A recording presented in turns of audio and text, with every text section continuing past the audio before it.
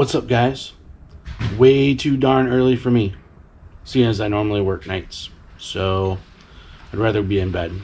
But today we're going to try out the Woodpecker flattening sled that my buddy from work has. If I like it, I may just be getting one. So this is what we're going to be doing. This fine table here. So let's see what happens.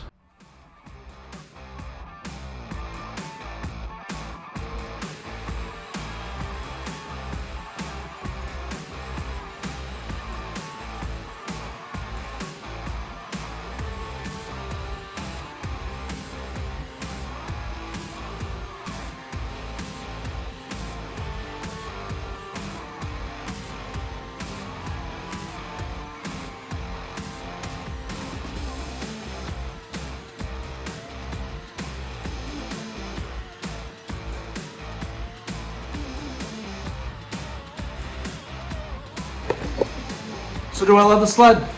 Abso-freaking-lutely. Am I gonna buy it? I don't know. It's a lot of money. And my homemade sled costs less than $100. And it works just fine. So I guess we'll see.